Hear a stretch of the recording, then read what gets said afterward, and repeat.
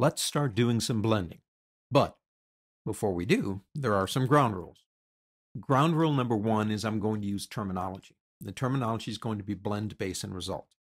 Blend is the actual image that we're blending into. Base is the cover layer that's covering our blend, and the result will be what happens when we use one of the blending modes. Those three terms. If you look over here, I've got each one of these in groups.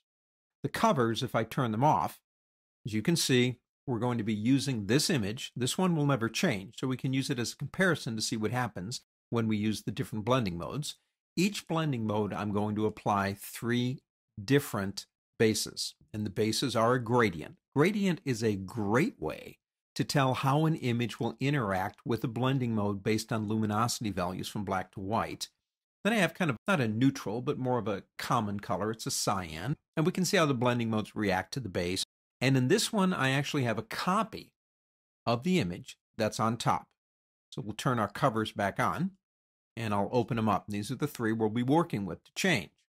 You will notice that anytime you use a group, you have an option called pass-through. And it's important to leave that on for us, because pass-through means allow the blending modes that we're using here to pass through to the originals, which are underneath.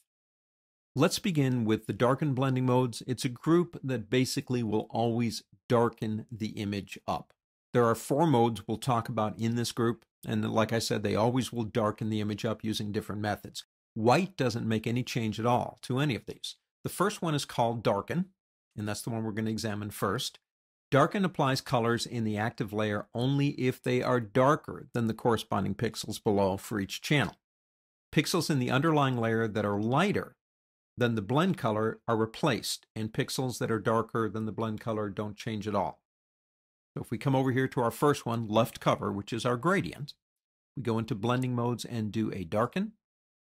We'll do another one on the center cover, and we'll do a darken. And we'll do our right cover and do a darken. Now you will notice on the right cover, it doesn't do anything. Remember, those are two exactly the same images. When you run neutral on each one, it's not going to change it. You will notice on this one, as it gets darker, remember the gradient, as it gets lighter and darker. As it gets darker, it's more intense. As it gets lighter, it's actually less intense to the point of being exactly like the original. White has no effect. In this one, it darkened it. However, it did replace the color set with the cyan color of the base.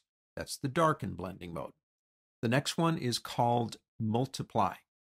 Now, multiply looks at the color information in each channel again, and it multiplies it against the base color. The result is always darker, all right? Multiplying any color with black produces pure black. Multiplying with any color like white leaves the color unchanged. So when you're painting with a color other than black or white, the darker it is, and successively the more you paint, produces darker results. It's kind of like drawing on an image with magic markers. Every time you go over the spot again, it gets darker.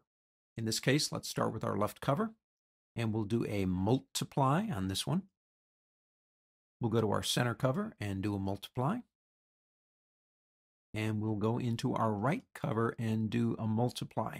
You will notice that the results are very similar to darken on the first two.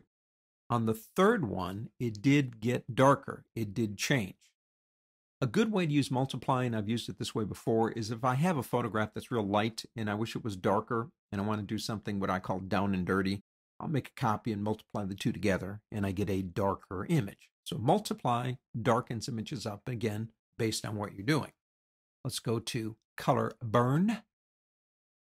Color burn looks at the color information in each channel and darkens the base color to reflect the blend color by increasing contrast. This is a contrast increasing blending mode. Blending with white, no change. So let's go ahead and go into left cover and do a color burn. Notice how it increases contrast based on the original. We'll go to our center cover and do a color burn. And we'll go into our right cover and do a color burn. In all three cases, what we're doing is we're increasing contrast as well as color, like in the middle one, The gradient shows us that the darker it gets, the more intense the effect until it almost goes away. That's color burn. The last one we're going to look at in this set is called a linear burn. Now with a linear burn, it looks at color information again in each channel, and it darkens the base color to reflect the blend color by decreasing brightness, not contrast, by decreasing brightness. And as with the other three, blending with white produces no change at all. Let's get started. Let's go to left cover, go into normal, and go to linear burn. Notice it's brightness, not contrast, that's being affected. The darker the gradient gets, the more intense. We go to the center cover, which is one solid color. We go into linear burn. And again, you'll notice it's getting darker, but it's not as contrasty. And the last one, which is a copy. Again, it's creating a darker image, but it's not increasing contrast. It's doing it by decreasing brightness. Those are the first four we look at darken blending modes.